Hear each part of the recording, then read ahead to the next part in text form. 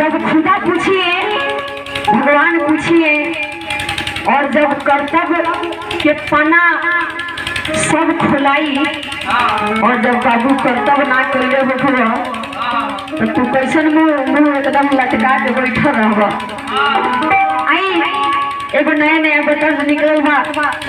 silkie राज के बुरा जिंदगी की देह बका जा बाबे ये बबुआ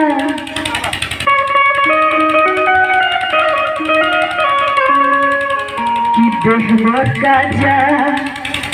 बाबे ये बबुआ पूछिए